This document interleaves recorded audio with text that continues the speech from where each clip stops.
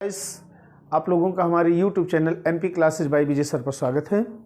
आइए आज हम लोग कक्षा 12 के भौतिक विज्ञान के चैप्टर किरचॉफ के नियम तथा वैद्युत परिपथ से प्रश्न नंबर 21 हम आपको बताने जा रहे हैं, जो कि आपकी परीक्षा की दृष्टि से बहुत ही इम्पॉर्टेंट है। It is very important for your examination. आइए कैसे इसको हम हल करते हैं देखिएगा, याद रखिएगा, ये बहुत ही इम्पॉर्टेंट क्वेश्चन आपका है। यदि हमारा वीडियो आप लोगों को अच्छा लगे तो हमारे वीडियो को लाइक कीजिए, शेयर कीजिए, कमेंट कीजिए। यदि आप हमारे चैनल पर नए हैं तो हमारे चैनल को सब्सक्राइब करना ना भूलें। तो आइए चलिए हम शुरुआत करते हैं।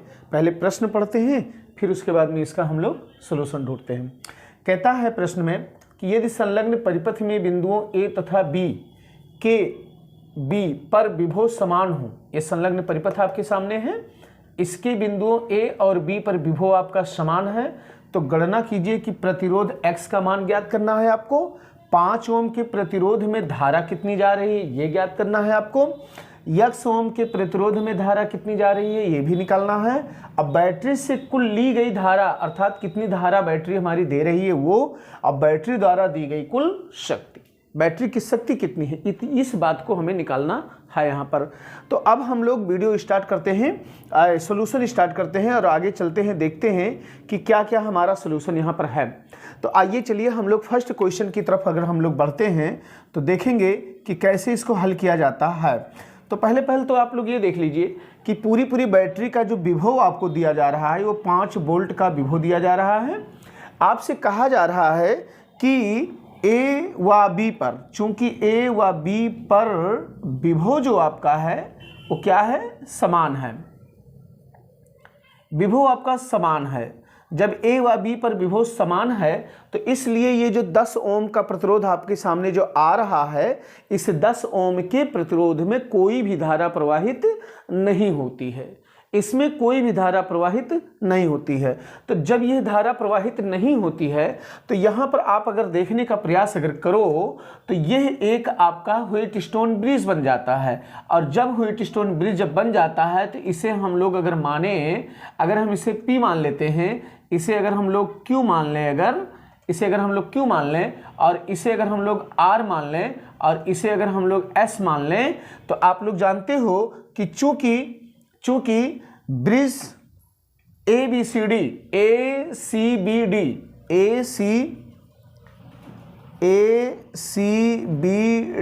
आपका ये जो ब्रिज है व्हीटस्टोन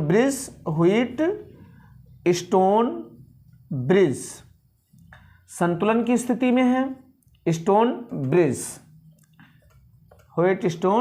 ब्रिज संतुलन की स्थिति में है।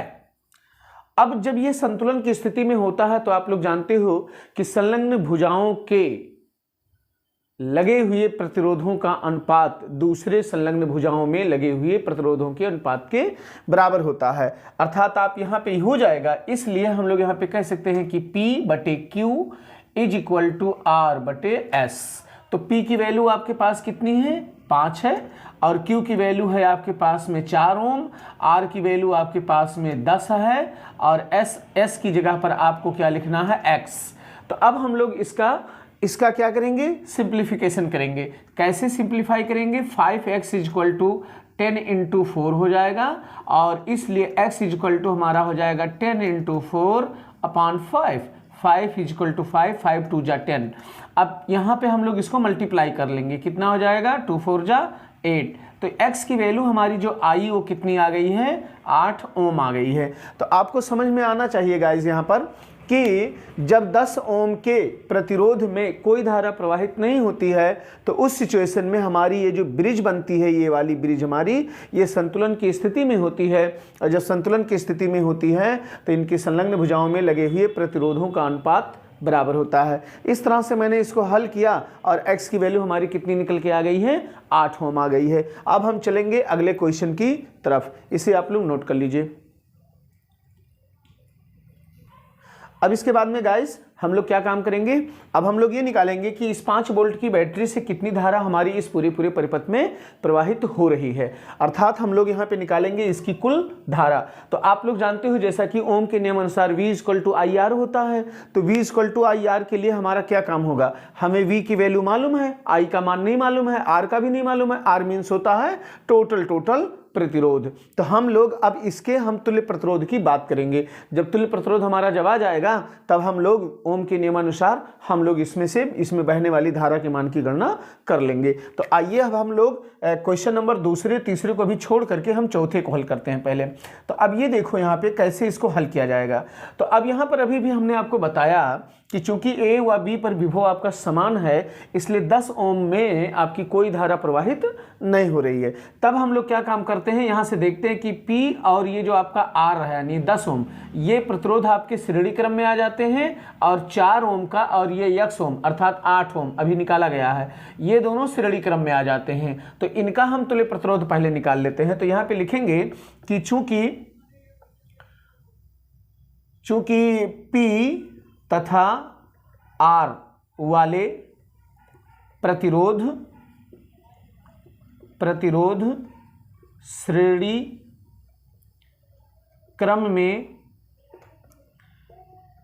में जुड़े हैं, इसलिए इनका तुल्य प्रतिरोध। और आप जानते हो कि श्रेणी क्रम में जो भी आपका प्रतिरोध जुड़ता है उसका जब हम लोग तुल्य प्रतिरोध जब निकालते हैं तो R' = P प्लस आपका R हो जाता है। तो यहाँ श्रेणी क्रम में क्या हो जाएगा, P की वैल्यू आपके पास में 5 ओम है और R की वैल्यू आपके पास में 10 ओम है, और 10 5 कितना हो गया भैया आपका 15 ओम हो गया। तो ये R' की वैल्यू निकल गई। इसी प्रकार से हम Q और S की बात करेंगे। इसी प्रकार चूंकि लिखेंगे S तथा Q तथा S वाले प्रतिरोध श्रेणी क्रम में जुड़े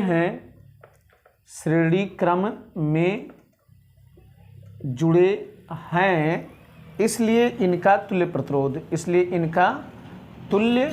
प्रतिरोध। जब इनका तुल्य प्रतिरोध निकालेंगे तो हम लोग यहाँ पर क्या लिख देंगे, R' बराबर हो जाएगा Q प्लस S, और Q की वैल्यू कितनी आपके पास में है 4 ओम, और S की वैल्यू अभी भी निकाला गया है 8 ओम। तो टोटल कितना आ गया भैया आपका 12 ओम। तो R' आपका हो गया 12 ओम। अब यहाँ से ये दिखता है हमको कि ये जो R' आपका जो आया ऊपर की ओर में और ये जो R' आया आपकी नीचे की ओर में, ये दोनों किस क्रम में है, आपके समांतर क्रम में है। तो अब इनका हम तुल्य प्रतिरोध निकालेंगे। अब देखेंगे यहाँ पे फिर से लिखेंगे, चूंकि R' व R' वाले प्रतिरोध समांतर क्रम में जुड़े हैं, इसलिए इनका तुल्य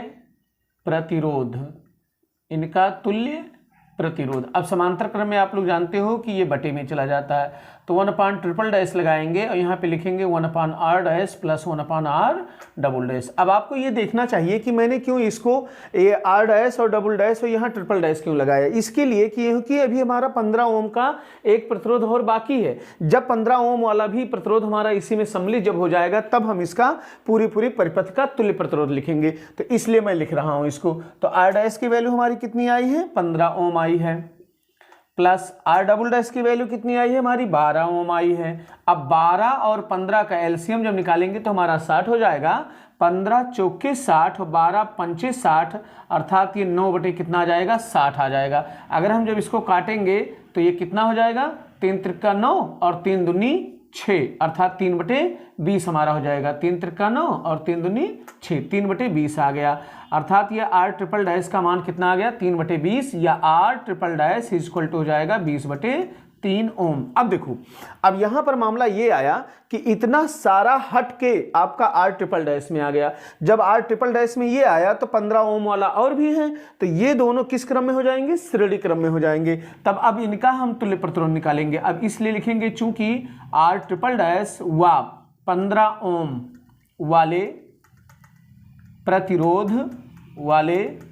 प्रतिरोध किस क्रम में है? श्रेणी क्रम में जुड़े हैं इसलिए परिपथ का, अब यहाँ पे भैया हम परिपथ लिखेंगे, परिपथ का तुल्य प्रतिरोध, क्योंकि अब इसके अलावा और भी कोई और प्रतिरोध आपके पास में नहीं है, तो इसलिए लिखेंगे परिपथ का तुल्य प्रतिरोध। अब जब तुल्य प्रतिरोध जब लिखेंगे तो आप जानते हो किससे दिखाते हैं हम लोग? R से दिखाते हैं। तो R इक्वल टू आपका हो जाएगा कितना? R ट्रिपल डैश और प्लस आपका हो जाएगा 15 ओम, अर्थात R ट्रिपल डैश की वैल्यू कितनी आई है? 20/3 प्लस आपका आ जाएगा 15 और ये हो जाएगा 15 × 45 और 20 आपका कितना हो गया? 65/3। ये आपका पूरा R का मान निकल के सामने आ गया।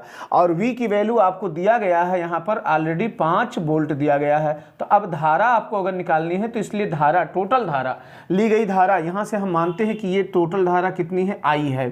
तो I का मान यहाँ से कितना हो जाएगा आपका? ये हो जाएगा R/V, ये हो जाएगा, नहीं सॉरी ये V/I होता है, V/I होता है बराबर R, तो I बराबर आपका हो जाएगा V/R, तो I बराबर हो जाएगा V/R हो जाएगा। अब जब B की वैल्यू आपके पास में 5 वोल्ट है और इसका मान है 65/3, तो ये 3 कहाँ चला जाएगा? ऊपर में, तो ये जाएगा 5 × 3 बटे आपका आ जाएगा 65 और ये हो जाएगा 5 × 5 फिर 5 दिया 15, यानी 3/13 एम्पियर की जो धारा आपकी होगी वो बैटरी द्वारा ली गई धारा हो जाएगी और यही आपका आंसर हो जाएगा। थोड़ा यहाँ जगह कम पड़ गया है, आप लोग फिर से इसको देख लीजिएगा कि I = V/R से हमने V की वैल्यू 5 वोल्ट रखी और R की वैल्यू हमने 65/3 रखी। जब इसको मैंने सिंप्लीफाई किया तो 3/13 एम्पियर आंसर आपका आया। ये हो गई बैटरी से ली गई कुल धारा, ये आप इसको नोट कर लीजिए। अब इसके बाद में हम लोग क्या काम करेंगे? अब हम लोग पहले ये काम करेंगे कि ये जो आपकी धारा जो I यहाँ से निकल के आई, I का मान कितना आया? I का मान आया आपका 3/13 एम्पियर। I का मान आपके पास में आ गया है 3/13 एम्पियर, I का मान आ गया। तो ये बैटरी से निकलने वाली कुल धारा है आपकी। अब ये धारा इस बिंदु C पर पहुंचने के बाद में 2 खंडों में आपकी विभाजित हो जाती है, एक I1 हो जाती है, एक I2 हो जाती है। तो I2 वाली धारा ऐसे से जा करके यहाँ से यहाँ चली आएगी, इसमें कोई धारा जाने का सवाल ही नहीं उठता है। ये I1 धारा आपकी यहाँ से जा करके यहाँ जाएगी, यहाँ पे आ जाएगी, लेकिन इस सिरे पर आकर के I1 और I2 जब मिलेंगे तो पुनः वो क्या बन जाएंगे? I बन जाएंगे। अब हम लोग ये जो बंद पास आपके पास में जो है यहाँ पे, अर्थात ये जो बंद पास आपके पास है, बंद पास CBDC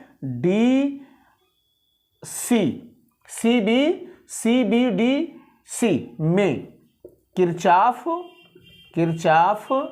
के द्वितीय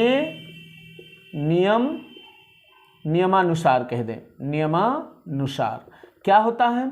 जैसा कि आप लोग सब जानते हो किरचॉफ का द्वितीय नियम क्या होता है? किरचॉफ का द्वितीय नियम ये होता है कि किसी भी परिपथ में बहने वाली धारा तथा उसके संगत प्रतिरोधों के गुणनफलों का बीजगणितीय योग उस बंद पास में लगे समस्त विद्युत वाहक बलों के योग के बराबर होता है। तो यहाँ पर हम लोग किरचॉफ का जब दूसरा नियम जब लगाएंगे तो देखते हम लोग ये है यहाँ पर कि ये I1 धारा आपकी 4 ओम में जा रही है, तो I1 और 4 का हमने यहाँ पर गुणा कर दिया।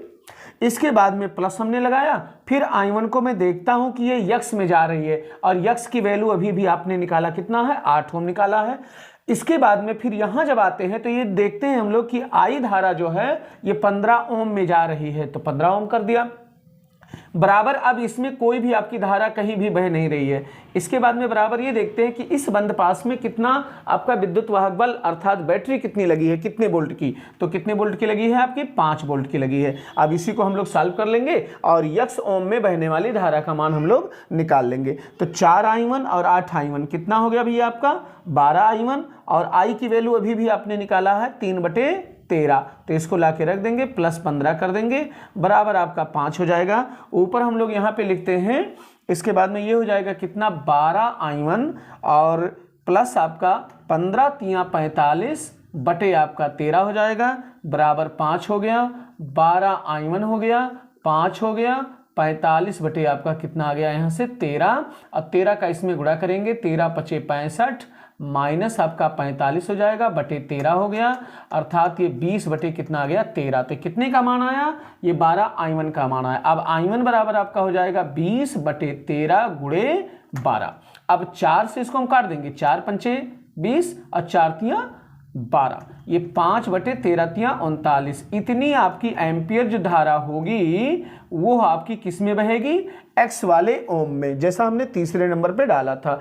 एक्स ओम में आपकी बहने वाली धारा कितनी है, 5 बटे 39 एम्पियर। और इसी प्रकार अब आप ये कहे थे, क्वेश्चन नंबर दूसरा आपका ये कहता है कि 5 ओम में बहने वाली धारा कितनी होगी। तो आप खुद बताओ हमें कि आई का जब मान 3 बटे 13 है और आपने I1 का मान 5 बटे 39 निकाल लिया है, तो इसी 3 बटे 13 में से 5 बटे 39 अगर हम घटा देंगे तो I2 का भी मान हमको मिल जाएगा। तो आइए अब हम दूसरा हल करते हैं यहाँ पे। अब दूसरा ये हो जाएगा कि 5 ओम में प्रवाहित धारा, 5 ओम में प्रवाहित धारा कितनी हो जाएगी भैया, I2 तो होगी, ये I में से I1 आपकी माइनस हो जाएगी। I की वैल्यू है 3 बटे 13, I1 की वैल्यू अभी भी आपने निकाला है कितना, 5 बटे 39 आपने निकाला है। ये भी आपका एक आंसर ही हुआ है। अब 13 और 39 का एलसीएम बनेगा 39, 13 तियां 3 त्रिका 9 और ये 5 हो जाएगा, बराबर आपका आ जाएगा 4 बटे 39, ये एम्पियर हो जाएगा भैया, और इतना आपका आंसर हो जाएगा। ये हो गई 5 ओम में प्रवाहित होने वाली प्रवाहित धारा का मान, और ये हो गया आपका x ओम में प्रवाहित होने वाली धारा का मान, 5 बटे 39 और 4 बटे 39। तो इस तरह से हमने पहला बताया, दूसरा बताया, तीसरा बताया, चौथा बताया। अब लास्ट आपका बचता है कि पांचवा क्या है, बैटरी द्वारा दी गई कुल शक्ति। अब इस शक्ति को भी मैं आपको बता रहा हूं, इतना आप पहले नोट कर लें। अब हम लोग पांचवा क्वेश्चन लगाते हैं। क्या होता है आपका, आपको देखिए आई की वैल्यू आपने पहले निकाल लिया 3 बटे 13 एम्पियर निकाला भी, और आपको वी का मान दे रहे हैं कितना, 5 वोल्ट दे रहे हैं। अब आप लोग जैसा कि जानते हो कि जो शक्ति होती है आपकी शक्ति P का मान जो होता है वो V गुणे I के बराबर में होता है। तो V की वैल्यू आपके पास 5 है और इसका मान 3 बटे 13 है, तो ये हो जाएगा 5 तियां 15 बटे 13, क्या आ जाएगा वाट, क्योंकि शक्ति का मात्रक क्या होता है भैया, वाट होता है। तो इस तरह से ये पांचवा क्वेश्चन भी आपका इसमें लग गया। तो मैं आशा करता हूं कि आप लोगों को ये वीडियो अच्छा लगा होगा। ये वीडियो आप लोग अच्छे से देखिए, पूरी वीडियो देखिए, और हमारा वीडियो आप लोगों को अच्छा लगे तो हमारे वीडियो को लाइक कीजिए, शेयर कीजिए, कमेंट कीजिए। ओके।